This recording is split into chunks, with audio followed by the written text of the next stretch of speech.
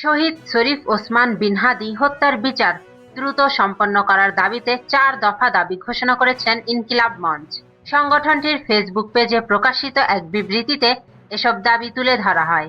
দাবিগুলোর মধ্যে রয়েছে হত্যাকাণ্ডের সঙ্গে জড়িত খুনি, পরিকল্পনাকারী, সহযোগী, পলায়নে সহায়তাকারী ও আশ্রয়দাতা সহ পুরো খুনি চক্রের বিচার আগামী ২৪ দিনের মধ্যে সম্পন্ন করা।